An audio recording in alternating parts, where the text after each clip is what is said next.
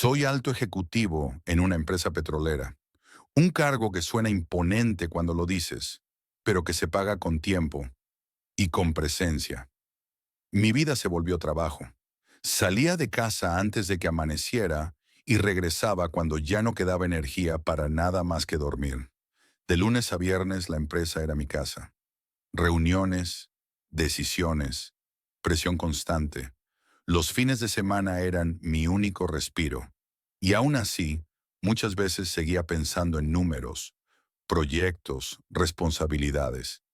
Ella siempre supo cómo era mi rutina. Cuando nos conocimos, ella también tenía una profesión. Era enfermera, turnos largos, vocación real, cansancio acumulado.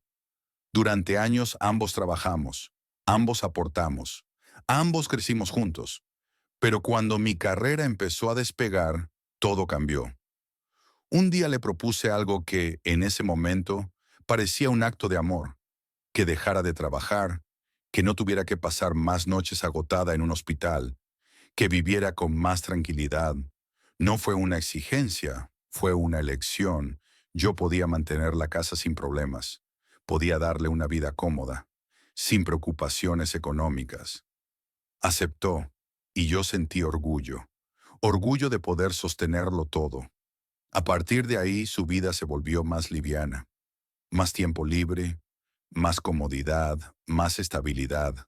La nuestra era una vida tranquila, viajes cuando se podía, salidas, caprichos que yo nunca cuestioné. Yo trabajaba pensando en nosotros. Ella vivía sin la presión del mañana, y durante mucho tiempo eso pareció suficiente. Al principio no lo noté. Y cuando digo que no lo noté, no es porque fuera ingenuo, sino porque jamás pensé que algo así pudiera pasarme a mí. Los cambios no llegaron de golpe. No hubo una discusión fuerte. No hubo una señal evidente. Todo empezó de una forma tan sutil que hoy me cuesta creer que no lo vi venir. Recuerdo perfectamente la noche en que ella me lo dijo. Estábamos cenando, en silencio, con el televisor encendido. Me dijo que se sentía cansada, que ya no se reconocía frente al espejo, que había pensado en hacer algo por ella. Le dije, con honestidad, que para mí estaba hermosa, que no necesitaba cambiar nada, pero insistió. Quería inscribirse en un gimnasio. La apoyé. Nunca imaginé que esa conversación tan normal sería el inicio del final. Al comienzo el gimnasio fue algo positivo. Volvía con más energía, con mejor humor, se arreglaba más, sonreía más.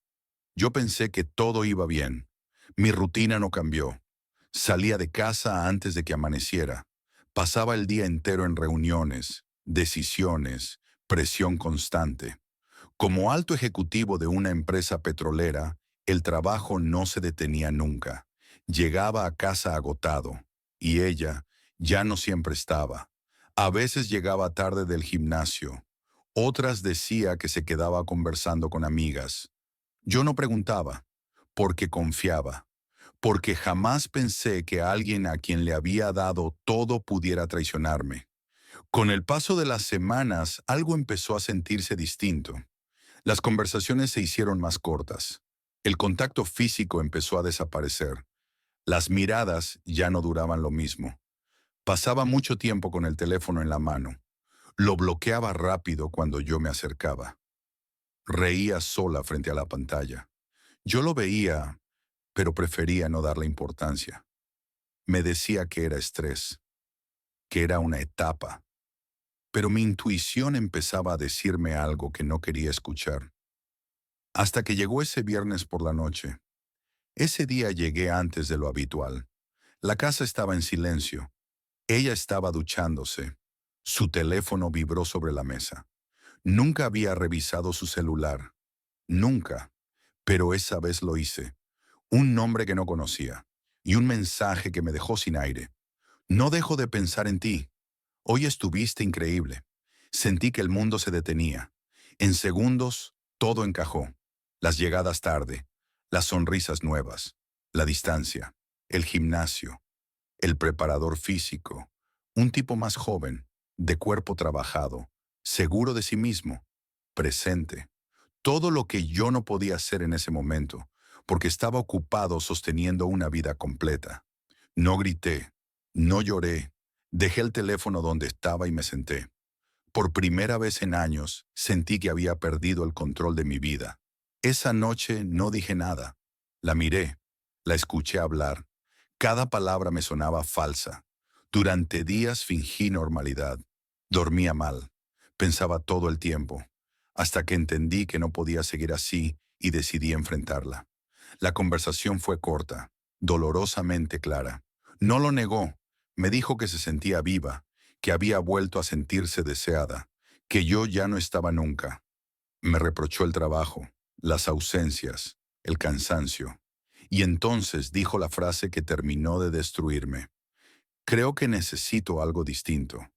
Semanas después, se fue, sin gritos, sin escenas. Se fue con una maleta y con otro hombre esperándola afuera.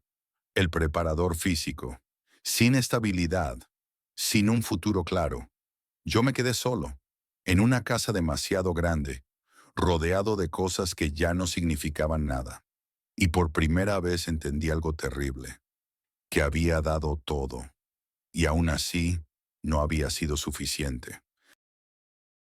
Después de que se fue, la casa quedó en silencio. No un silencio tranquilo, sino uno pesado, incómodo, de esos que te obligan a escuchar tus propios pensamientos. Los primeros días no sentí rabia, sentí vacío. Me despertaba cada mañana y por unos segundos olvidaba lo que había pasado. Luego abría los ojos y la realidad volvía a caerme encima. Su lado de la cama estaba intacto. El closet tenía espacios vacíos. Su perfume ya no estaba. Y ahí entendí algo que nadie te explica. El dolor no llega de golpe, llega por capas. Seguí yendo a trabajar, no porque tuviera fuerzas, sino porque no sabía hacer otra cosa. Durante el día seguía siendo el mismo hombre para los demás, el ejecutivo seguro, el que toma decisiones, el que siempre parece tener el control. Pero por dentro estaba roto. Volvía a casa y no tenía hambre. Comía cualquier cosa. Dormía mal. Empecé a beber más de lo normal, no para celebrar, sino para apagar la cabeza. Y lo peor no era la soledad, era la culpa.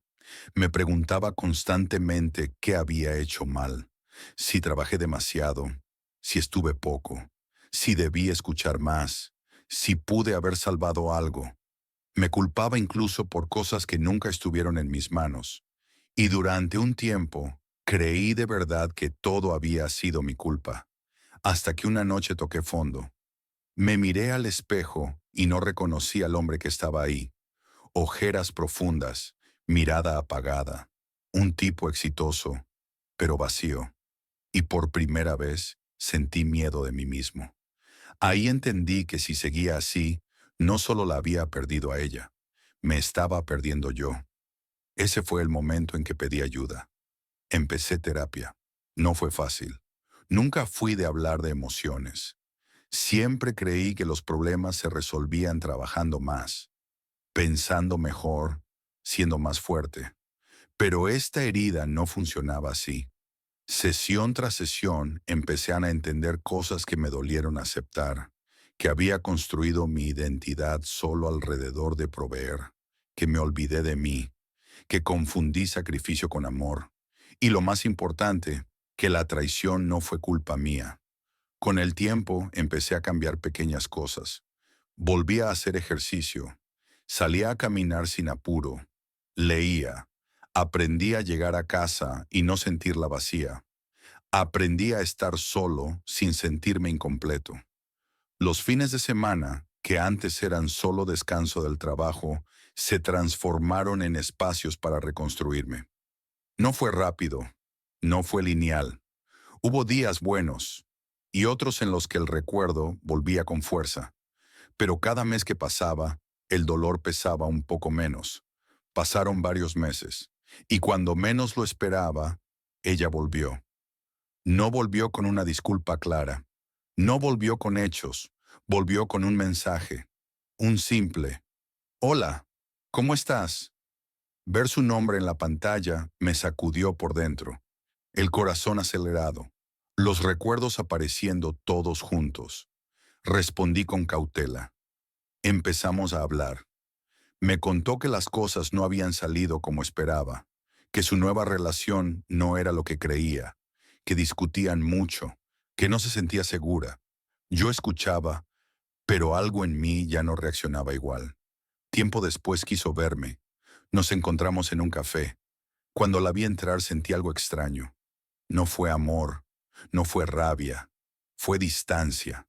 Me habló de errores, de confusión, de que me extrañaba. Pero mientras hablaba, entendí algo muy claro. No hablaba de mí, hablaba de lo que había perdido, de la estabilidad, de la seguridad, de la vida cómoda, no del amor. Entonces me pidió volver. Me dijo que esta vez sería distinto, que había aprendido, que quería intentarlo de nuevo. Y por primera vez fui yo quien tuvo claridad. Le dije que no, no con rencor, no con odio, con calma. Le dije que ya no era el hombre que ella había dejado, que había aprendido a valorarme, que no estaba dispuesto a volver a ser una opción segura después de haber sido reemplazado. Vi algo en sus ojos que no había visto antes, arrepentimiento, pero ya era tarde. Hoy sigo solo, pero no vacío. Aprendí que darlo todo no garantiza que te elijan. Aprendí que el amor no se sostiene solo con sacrificio. Y aprendí que perder a alguien, a veces, es la forma que tiene la vida de devolverte a ti mismo. Si estás escuchando esta historia y te sentiste identificado, quiero que sepas algo. No fracasaste, no fue tu culpa, y no estás solo. A veces perderlo todo es exactamente lo que necesitas para empezar de verdad. Gracias por quedarte hasta el final de esta historia. Si algo de lo que escuchaste te hizo reflexionar o te sentiste identificado, me encantaría leerte en los comentarios. Tu experiencia o punto de vista puede ayudar a otras personas que estén pasando por algo similar. Nos vemos en la próxima historia.